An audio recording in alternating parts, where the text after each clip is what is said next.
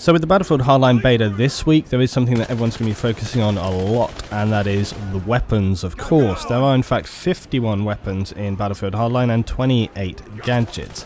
And I'm pretty sure that everyone's going to be testing those out to the max and trying to see which one they're going to use at the very initial release of Hardline. How are you going to max out your development early on in the game? What's going to be suited best for you in most situations? The key to this, of course, is the fact that you can purchase weapons in any order now by saving up your cash and picking up anything that you like in any order. This is something that I really like in games. I like that thing.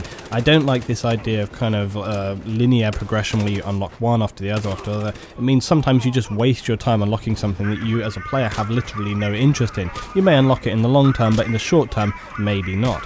Something else that's really cool is they're going to have like licenses so that you can unlock, because again, remember in Battlefield Hardline you're going to have those faction specific weapons, but unlocking them for your own side, the opposite side, is something that we've seen in previous Battlefields, so it's in keeping there. They have got some way to go in balancing some of the weapons and the damage models from what I have seen. Some of the weapons I found were a little ridiculous, and that's coming from me, someone who very recently said in Battlefield 4, you know, your weapon choice isn't that important, your class choice of weapon is, but not the actual weapon. In Battlefield Hardline, the weapons are a lot more specific, and this is again why I've said I'm quite interested in actually reviewing and showcasing some of those weapons and talking about them in more detail than I ever did with Battlefield 4, because they do actually have more individual characteristics, they do actually have more specific applications.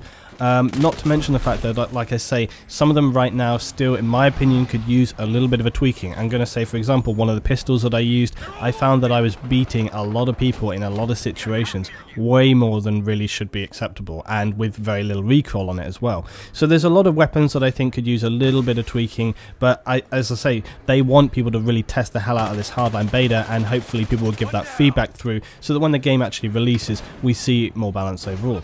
Then we come to, of course, the gadgets. There's a lot of different gadgets, there's a lot of different sort of melee weapon tools as well. There's the stuff like the grappling hook and the zip wire that we have seen. There's also the great melee tools. You've got like the sledgehammer and stuff. The cool thing with those is it's not like an instantaneous takedown. You don't just kind of run up to someone and initiate a takedown. You have to get it out, smash them down, beat them. So it's actually kind of like a bit of a humiliation tool, but I like the fact that it's not instantaneous. It gives you an opportunity to react. So unless, you know, if you get taken down by these things, you really deserve to be humiliated, and I guess that's kind of the point with those things.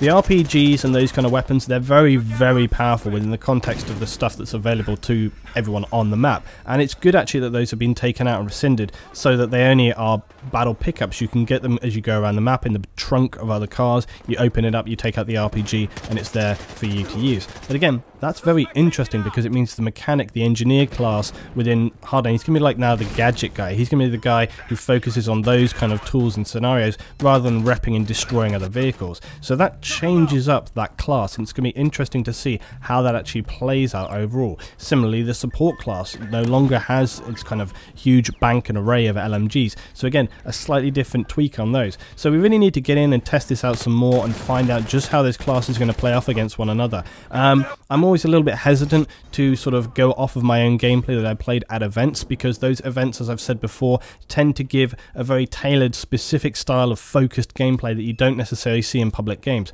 So what I really want to do this week is sit down, play through a load of public games, and then I'm going to come and give you guys feedbacks on weapons, the classes, and how they play out within the context of those public games. So expect some more Battlefield Hardline content from me on those topics coming up this week.